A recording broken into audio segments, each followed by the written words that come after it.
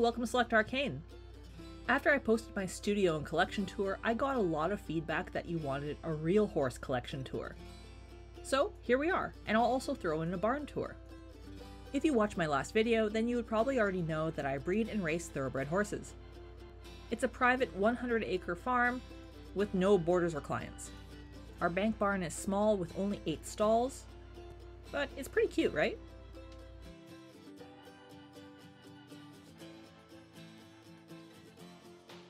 It used to be a Clydesdale breeding operation, and that's why our foaling stalls are massive. Aside from horses, we also have 3 sheep, Licorice, Lavender, and Pepper. Fun story about them is that they're stolen sheep. Not long after purchasing them from a very nice family, they ran away. They were found 2 days later by another sheep farmer, much to my relief. The local sheep federation got involved and followed their tags to find out who the owner was, and it wasn't me because I hadn't transferred their tags yet, I just got them. Turns out they were stolen sheep. Somebody had gone onto their property and stolen the sheep and resold them. Yes, that means that the family that I bought these sheep from were in cahoots with the actual thieves. I did speak to the owner and she let me keep them, and she still follows me to this day. The sheep don't actually do anything on the farm, they're just kind of woolly and walk around.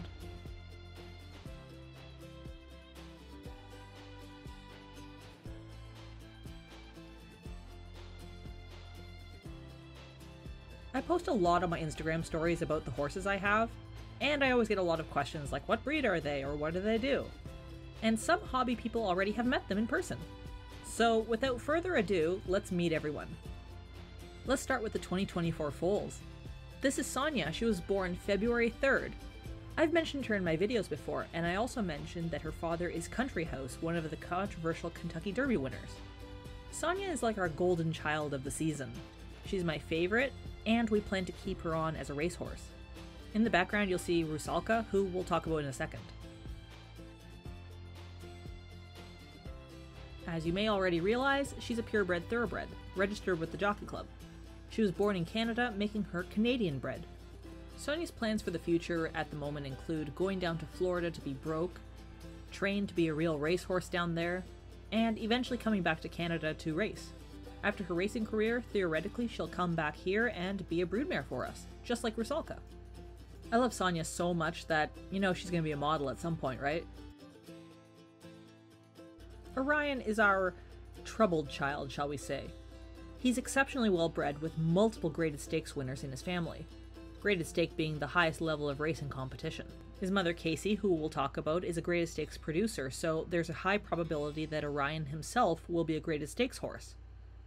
Orion does not like authority, or being told what to do, or really anything.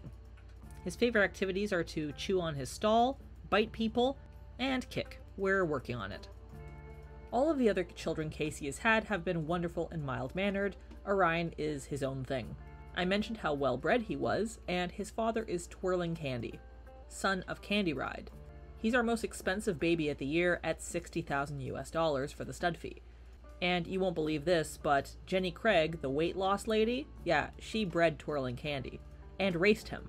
Orion, though a perfect example of a thoroughbred colt and royally bred, will be up for sale probably as a yearling next year.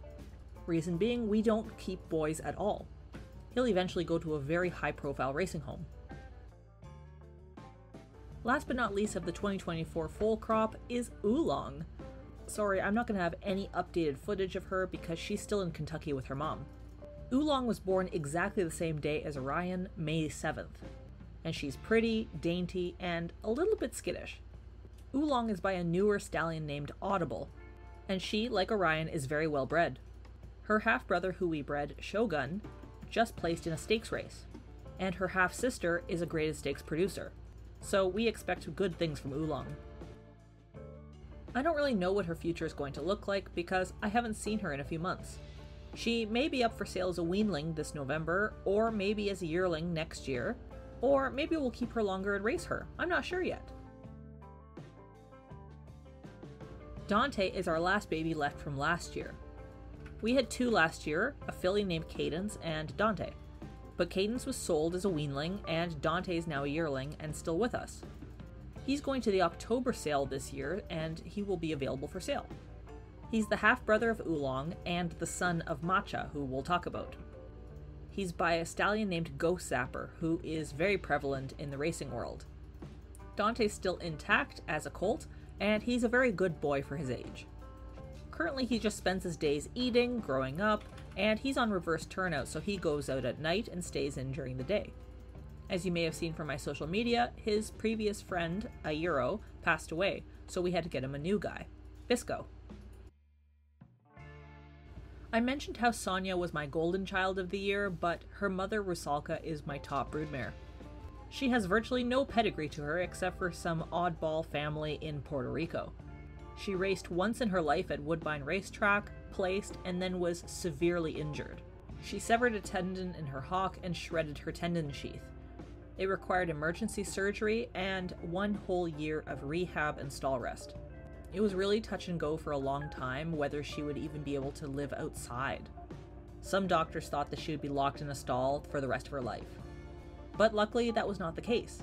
Her hock looks a little funny, but she actually moves relatively soundly and is very happy. You might be thinking, why would I buy a horse who has no pedigree? Well, I'll keep that a secret. There's some science involved and it's really, really cool. Fujoshi, or better known as Fuji, is a horse I bred myself. She was the golden child of her year too, but unfortunately something really terrible happened. She caught a disease called EPM. That's a parasitic infection that affects the brain, and it presents itself a lot like wobblers. She had already gone to Florida for her breaking and training and really was not doing very well. She couldn't keep up with any of her friends. So we brought her home and thought some time would help, but it didn't. In fact, she got worse. After over a year of trying to figure out what it was, it finally came down to EPM. It's so hard to detect and it costs thousands of dollars. So she retired before she even raced, and now she's cured. And pregnant. She's in foal to Country House, the same father as Sonia. Fuji also comes from a very royal line. She's the half-sister of Orion. Her mother is Casey. Her father is a Japanese stallion called Yoshida, and he's a multi-surface graded stakes winner. So needless to say, we had a lot of high hopes for poor Fuji. But don't worry, she's really happy at home and just likes hanging out with her friends. Minerva's story is another one of high hopes and disappointment. Similar to Rusalka, she comes from a nobody pedigree. If you watched my OBS buying horses in Florida video, then she was the one who I picked up. Minerva comes from a young family of Collected, a brand new stallion. She raced a handful of times but came almost dead last every single time and showed no interest in racing, so we retired her to the farm. Again, like Rusalka, her science is off the charts and that's why we keep her. She's not pregnant right now, but will be next year. I hope I haven't hyped Casey up at this point, but she's honestly a really cool mare and is royally bred. You already know that she's the mother of Orion and Fuji, but she's also the mother of 10 other foals. That's right, 10. Without looking it up, Casey's about 21 years old, and when she retires, she'll be pensioned with us for the rest of her life. Casey is by Unbridled Song out of a Mount Livermore mare, and her mother and siblings have all produced multiple graded stakes horses. Casey produced a grade 3 named Ironstone, who was nominated for a Sovereign Award 2 years in a row. And every single baby she's ever had who has raced has made nearly $100,000 or more. She's old, she's grumpy, but she's quite lovable. Unfortunately, because she's gray, Casey also has skin cancer. It hasn't caught up to her yet, but it will cut her life expectancy short. And even worse, there's nothing we can do about it. Matcha here looks unremarkable, but she is a really cool mare. Her official name is I'm Mom's Favorite, but it's really long, so we changed it to Matcha. She's exceptionally easy to work with and really friendly, but a total helicopter parent. Lets her foals get away with everything. Matcha is the mother of Oolong and Dante and Shogun and a few other horses. I think she has maybe 7 kids now. Matcha is by Indian Charlie out of a Stormcat mare, and as I mentioned, is a stakes producer.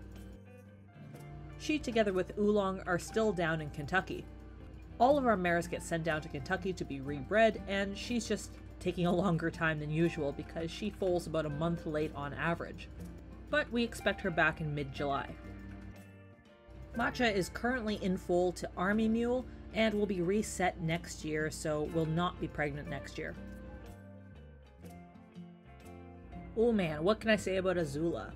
Azula was a success story that was covered in multiple magazine articles and put us on the map essentially. We purchased her as a 2-year-old in Florida, and very much like Rusalka and Minerva, she came from a nobody family with no distinctions. But she herself put herself on the map.